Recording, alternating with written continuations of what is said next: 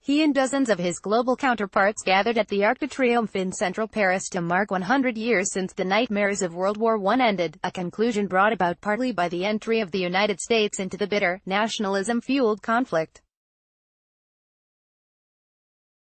Trump arrived separately from other foreign leaders to Sunday's Armistice centenary ceremonies, which occurred under gray skies and cold drizzle. His counterparts, including French President Emmanuel Macron, German Chancellor Angela Merkel and Canadian Prime Minister Justin Trudeau, convened at the Élysée Palace before traveling together in motor coaches to the Arc de Triomphe. They walked in a large group to the event site. Trump arrived in his own vehicle and walked in separately, due to security protocols, according to the White House. A topless protester breached a police barricade and ran toward Trump's motorcade before being apprehended. Russian President Vladimir Putin also arrived separately and walked in solo. The armistice that took effect at the 11th hour on the 11th day of the 11th month of 1918 ended what was then the war meant to end all wars. When conflict broke out on the continent 2 decades later, the United States was again pulled into bloody battle, cementing its role in maintaining European security. But decades later, as living memories fade of the trenches and the poison gas, nationalism is on the rise. It's been fueled by Trump himself, who has proudly identified himself as a nationalist as he advances an America First agenda. In his address, Macron, who has emerged as Europe's most vocal sentry against a global tide of nationalism, repeated his warnings. Patriotism is the exact opposite of nationalism, he said through a translator. Nationalism is a betrayal of patriotism.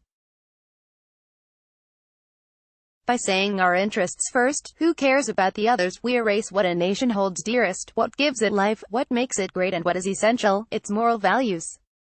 I know there are old demons which are coming back to the surface. They are ready to wreak chaos and death, he said. History sometimes threatens to take its sinister course once again. It was impossible to view his remarks as anything less than a rebuke of Trump, who has proudly espoused an America First foreign policy. Visiting Paris this week, Trump has bemoaned the cost to the U.S. of helping maintain European security, insisting countries here do more to protect themselves.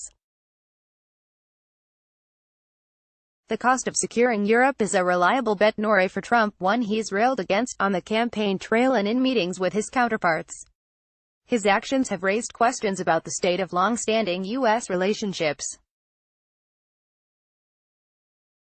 The man who was once his top European partner, Macron, now appears to have become just another world leader subject to ill-timed insults and jabs. Trump's other counterparts, British Prime Minister Theresa May and German's Merkel, have also been subject to ridicule. Trump did not appear overly eager on Saturday to dispel the notion he is uninterested in bettering U.S.-Europe ties. During a morning meeting with Macron at the Élysée Palace, the effusive expressions of bonhomie that once colored the two men's relationship were gone, replaced by wooden expressions of cooperation. Later, Trump canceled a planned visit to an American cemetery 50 miles outside of Paris. The White House cited the rain, which sometimes grounds the president's Marine One helicopter. Trump remained out of view for most of the afternoon. Even his fellow leaders, including Macron, May, Merkel and Trudeau, fanned out across the French countryside to mark the solemn anniversary at hallowed locations.